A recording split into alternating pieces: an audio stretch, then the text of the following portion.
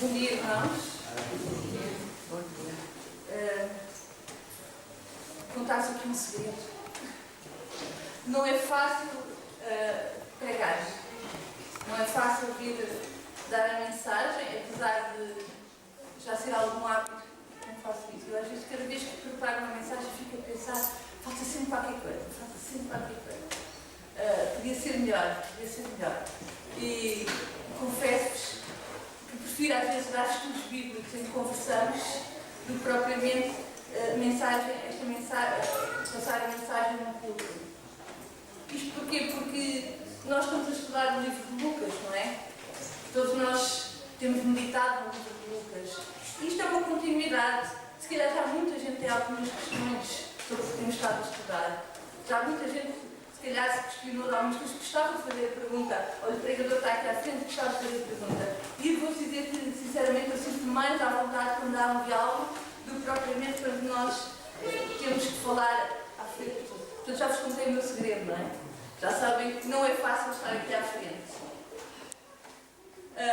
Mas, de facto, este texto é um texto que nós conhecemos até da escola dominical. Sabemos, por exemplo, que no Evangelho de João relata que foi um rapazinho que tinha este lanche, que partilhou este lanche. Só vos dizer outra coisa, que este milagre da multiplicação dos pães e dos peixes é o único que está relatado nos 4 Evangelhos. Este primeiro milagre da multiplicação é o único que está relatado nos 4 Evangelhos. E podíamos dizer, olha, se calhar é um milagre muito importante, mas nós fazemos multiplicação dos peixes e dos peixes hoje. Se calhar é mais fácil pensarmos em curar um doente, em expulsar demónios, como Jesus fazia. Achamos isso talvez mais. Porquê que Jesus decidiu dar de comer àquela multidão? Não teria sido mais fácil ele ter mandado as pessoas embora como os judeus? Foram pela lógica. A lógica era: vão-se embora, vão comer, não tem nada a comer que vos vou dar. No aniversário da igreja, se a gente tivesse cá 5 mil pessoas, a gente ia alimentá-los todos. Já reparem que a gente estamos em contagem decrescente. Pela graça de Deus, estamos em contagem decrescente para a inauguração do templo. A reinauguração do templo, parece que a gente não diz reinauguração do templo, o templo tem 90 anos, não é? Mas vamos olhar um bocadinho para o texto bíblico. Gostava que não tivessem a Bíblia aberta. Eu gosto muito de seguir o texto bíblico e de ler o texto bíblico e analisar o texto bíblico. E por acaso, curiosamente, se trocarmos, podemos a 7, mas se repararem nos slides anteriores havia um pequeno engano, era de 1 a 7. Mas nós já estudámos no a 6. E estudámos, não foi no domingo passado, se bem se lembra, foi há 2 domingos atrás. E no fundo, reparem o contexto em que aparece este milagre da multiplicação. Jesus tinha mandado os discípulos para o trabalho de campo. Ele tinha, nos primeiros versículos do capítulo 9, e atenção também a outro detalhe, a Débora leu na versão que ela no Brasil se usa mais, que é a versão Ferreira de Almeida atualizada. Eu estudei na corrigida, e vocês têm a Boa Nova, ou a Bíblia para Todos. Portanto, há vários tipos de traduções que todas elas se complementam até no próprio estudo. Jesus tinha enviado os discípulos para o seu trabalho de campo. O que é que ele lhes tinha dito? Ele tinha dito para anunciar o Evangelho através da pregação. Vocês lembram-se? Quem esteve cá 2 domingos lembra-se. Através de quê? Da pregação e da cura dos enfermos. E é interessante que a multiplicação ocorre e não tem por si mesmo, não é por si mesmo mais importante, não é a própria multiplicação, mas sim qual é o objetivo dessa multiplicação. Não é simplesmente alimentar uma multidão, mas é mostrar o poder de Deus. E isto servia para quê? Para os discípulos? Para mostrar a prática do discipulado. Como é que nós encaramos uma multidão de 5 mil pessoas?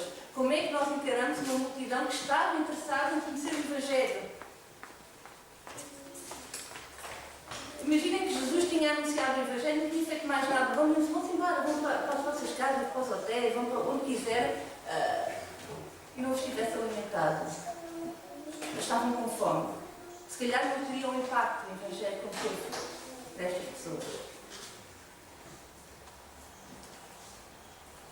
O Evangelho, por si só, é ação. Não é só conversa, não é só anunciar a palavra, mas é ação. E foi isso que vamos ver agora a seguir. E de facto, se bem se lembram, nos primeiros versículos de Lucas, ele convocou os discípulos para anunciar o Evangelho. Ele capacitou-os para anunciar esse Evangelho através do poder que vai-lhes dar. E vamos ver isso depois no milagre. Vamos, no fundo, ver a prática daquilo que Jesus estava a falar. Depois temos aqui estes dois primeiros versículos, de 7 a 9, em que há uma espécie de salto, em que há uma espécie de contexto mais, eu diria, mais pessoal de Jesus. É quando Herodes, se bem se lembram, a Débora Chevalier, de 7 a 9, em que Herodes se questiona se João Batista teria ressuscitado. Quem era este Jesus, que tantas pessoas seguiam, como tinham seguido a João Batista, que tinha sido o precursor de Jesus. Herodes sabia que o tinha mandado matar, que ele tinha sido decapitado. Vocês sabem que João Batista foi decapitado porque acusou Herodes de adultério. E, portanto, Herodes sabia que ele tinha, mas começou a ficar com dúvida até se ele não teria ressuscitado. E eu calculo que nesta altura Jesus devia estar triste também pela morte de João Batista. João Batista era primo de Jesus. E o que é que Jesus vai fazer? E agora vamos partir mesmo para o milagre da multiplicação. Jesus vai conduzir os discípulos para o deserto. Ele não conduziu a multidão para o deserto. Ele foi lá com os discípulos para se retirar. E não diz que era para o deserto enquanto deserto, mas sim para um lugar deserto. Ou seja, seria um lugar sem pessoas. Eu suponho, e isto é um bocado de suposição, que Jesus, ao ter se retirado para um lugar deserto, com as notícias que tinha recebido da morte do primo, por decapitação, ele era humano, sofria por isso. Queria estar sozinho, estava a passar provavelmente por um momento de tristeza, de angústia, e leva os discípulos para esse lugar com ele. E de facto, na nossa vida isso também acontece. Muitas vezes, quando nós estamos tristes, angustiados, passamos por provações, Jesus leva-nos para um lugar certo. O lugar certo significa também encontrarmos com Ele. Significa liberarmos de tudo o que está à nossa volta e concentrarmos naquilo que é essencial. E muitas vezes este lugar deserto antecede uma grande obra. Antecede grandes coisas na nossa vida. E às vezes estamos tão concentrados naquilo que é os nossos problemas, nas nossas angústias. E quantos de nós passamos por morte de pessoas queridas? Quantos de nós passamos por situações financeiras más? Quantos de nós passamos por situações de desemprego? E passamos pelo lugar certo. Mas Deus tem coisas maiores para nós. E é nesse lugar certo que nós vamos encontrar, quando nos livramos também um pouco daquilo que está à nossa volta. Mas da realidade, se mesmo estando num lugar deserto, pode não ser assim tão deserto. Porquê? A multidão vai aparecer toda. Basicamente, seguiram todos a Jesus. E talvez já 1% das pessoas que seguiram Jesus naquele deserto. 1% não, porque estou falando de homens. Que era menos de 1% das pessoas que seguiram a Jesus naquele dia. E no fundo também nos dá a entender uma coisa, se Jesus queria estar sozinho, mas por outro lado, havia toda aquela multidão que o queria ouvir. E reparem uma coisa, Jesus não mandou as pessoas embora. As pessoas tinham saído das suas casas. Eu não sei se algumas pessoas tinham vindo de longe, se eram só daquela zona, tinham saído de suas casas para virem ouvir Jesus, para serem curadas. E Jesus recebe-as, fala com elas e anuncia-lhes o Evangelho. E portanto, mesmo em momentos de deserto, em que Jesus provavelmente estaria triste, os discípulos estariam tristes, a questionar muita coisa, Jesus recebe as pessoas que necessitam do Evangelho. Mas é assim, como sempre, as necessidades humanas falam mais forte, não é? O tempo passa e as pessoas começam a ficar com fome. E os discípulos, sempre muito solícitos, nós sabemos que os discípulos eram muito solícitos. No versículo 12 vemos que ele dizem: despede a multidão para que, indo aos lugares e aldeias em redor, se agasalhem e achem que comer, porque aqui estamos em lugar deserto. Vocês têm ideia de que quantas pessoas é que lá estavam? Aqui a Bíblia fala em 5.000 homens. Prevê-se, pelo menos, se houver uma mulher e uma criança, pelo menos 15.000 pessoas estariam à volta de Jesus. Mas, no entanto, os discípulos, segundo Jesus, estão a fugir à sua responsabilidade de alimentar aquela multidão. Se vocês virem em todos os evangelhos que fala, eles falam para eles irem às aldeias, aos campos, às hospedagens, e até em João especificam qual é o valor monetário que gostaria de alimentar aquela multidão. E era muito caro. O que é que Jesus respondeu? É tudo isto, todos estes argumentos que eles dão, nós, se formos ler nos vários evangelhos, vamos ver as várias argumentações que eles dão. Qual é a resposta que Jesus dá? Dai-lhes vós de comer.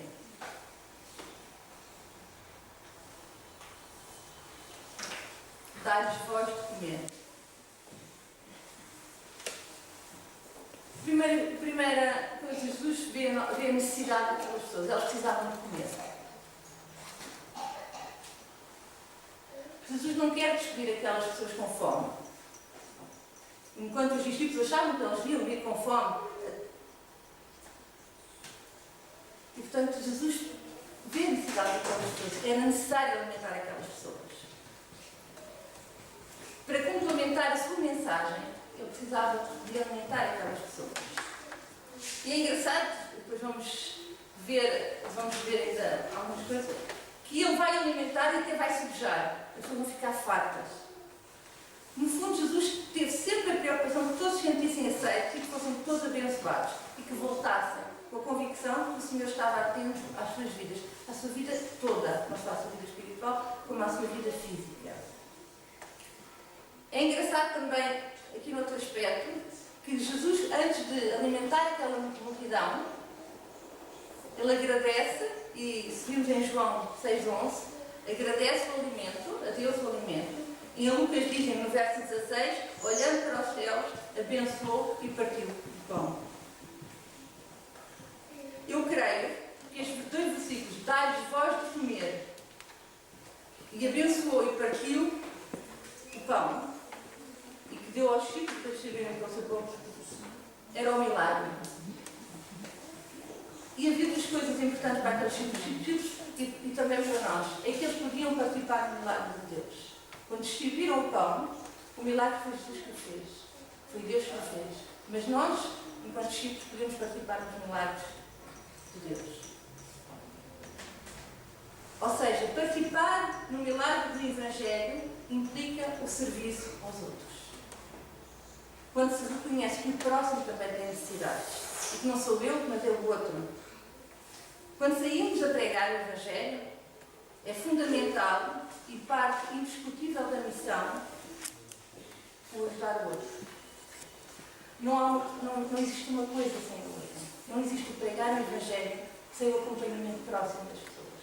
Nós não podemos pregar o Evangelho e não estar próximo das pessoas. Não estar atento à necessidade das pessoas. Porque senão o Evangelho também é vazio. Nós podemos... eu lembro-me de uma vez... Eu trabalhei bastante tempo no Grupo Bíblico Universitário aqui em Lisboa e nós fazemos muito evangelismo. Hoje parece que fazer evangelismo é uma coisa estranha, é um proselitismo, não devemos divulgar, nós somos crentes, vocês são outra coisa qualquer.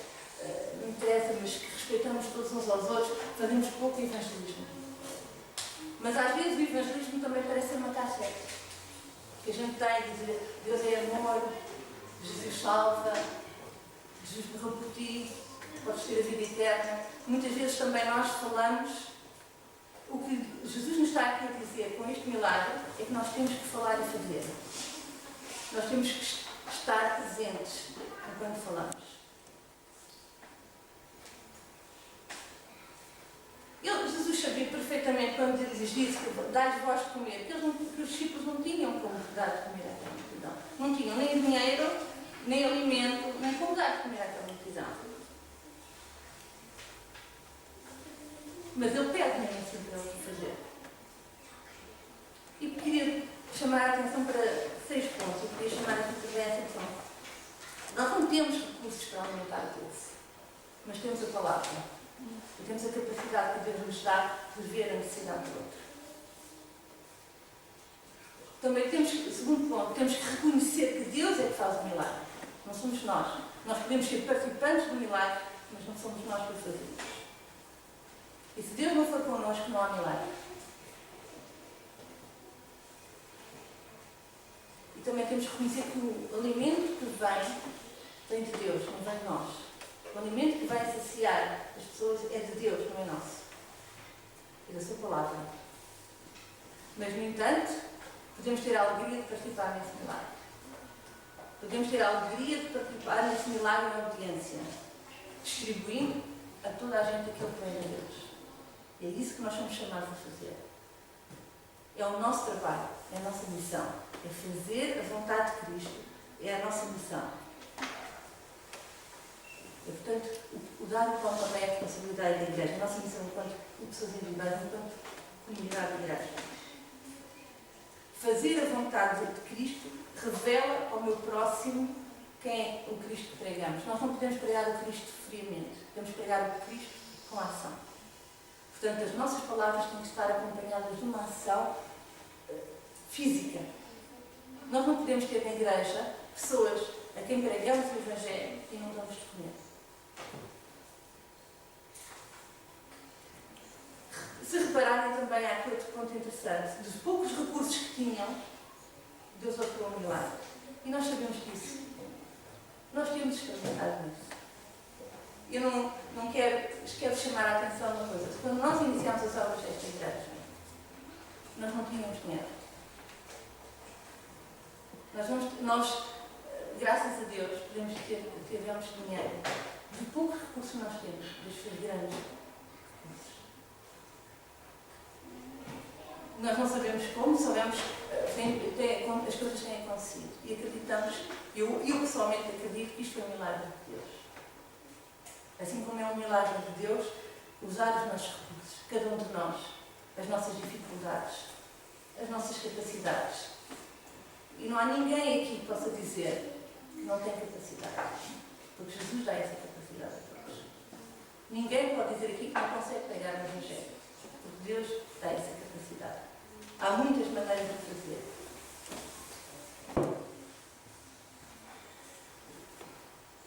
E outra coisa é que nós também temos além de sabermos que é Deus que faz os milagres, que é Deus que opera os milagres, que nós não temos recursos por nós próprios, que quem dá o alimento é Deus e a sua palavra, que devemos participar nesse milagre, podemos participar nesse milagre, temos poucos recursos, sabemos que temos a missão de também estar no meio das pessoas. Isto não é. E porque a questão aqui do pregar o Evangelho também tem a ver com a proximidade com as pessoas. Nós temos de estar próximos das pessoas para que o Evangelho tenha efeito. Porque nós só vamos conhecer a necessidade do outro se estivermos próximos do outro. Eu não posso saber que o meu irmão ou que a pessoa que está ao meu lado está a passar fome, nós estamos aqui a falar mais da fome por causa da multiplicação, mas que está a passar outra necessidade qualquer, ou que tem outro problema qualquer, se não estivermos próximos deles. Jesus estava próximo das pessoas, reconhecia a sua necessidade, e nós temos que estar próximos deles.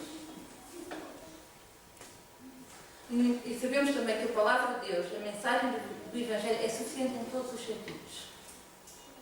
No entanto, ela vai brotar melhor e dar mais frutos quanto mais bem preparados nós estivermos.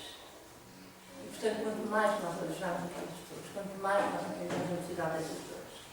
O cristão trabalha e se faz presente. E está presente, sempre perto e nunca longe das pessoas. E, de facto, é esta mensagem que eu quero deixar. Este milagre não foi um milagre só para alimentar aquelas 15 mil pessoas, vou até 15 mil pessoas. Este milagre foi feito para que aquelas pessoas entendessem o Evangelho na sua totalidade. E o Evangelho é para a pessoa total, não é só mental, não é só espiritual, é também físico. E é engraçado que Jesus, no fundo, partilha o milagre da multiplicação, não é só o momento em que Jesus parte o pão e dá os peixes. senão o milagre seria um monte de peixe e um monte de pão. E isso não é o milagre da multiplicação. O milagre da multiplicação foi o ter partilhado o pão e o peixe e ter dado àquelas pessoas. E vou-vos dizer outra coisa. Para além desta questão do Evangelho, da proximidade das pessoas, e nós reconhecemos a necessidade das pessoas, nunca vai existir milagres na nossa vida, nas nossas finanças, no nosso pão, na nossa casa, até que sejamos capazes também de partilhar aquilo que temos. Jesus partilhou aquilo que tinha. Se repararem-se em João temos o rapaz que partilhou o seu lanche. O rapaz podia ter guardado o seu lanche. Há tanta gente, isto não vai dar para ninguém, vou comer sozinho, vou esconder atrás de uma árvore, não dá, tem árvores, mas numa pedra, mas comer tudo. O princípio da partilha também. O princípio de que as coisas não são nossas, mas são de partilhar. E se não houver partilha, também não há multiplicação. Senão, se fosse só multiplicação por si, era um monte de comida. Ela tinha que ser partilhada.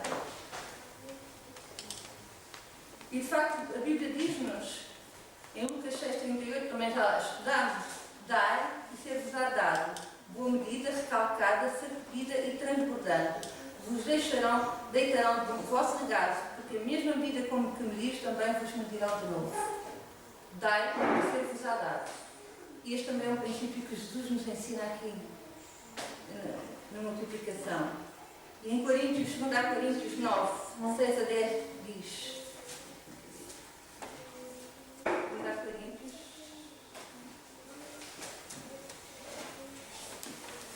diz, e digo-vos isto, que o que semeia pouco, pouco também se fará. E o que semeia em abundância se fará. Cada um contribua segundo o que propôs o seu coração, não com tristeza ou por necessidade, porque Deus ama o que dá com alegria.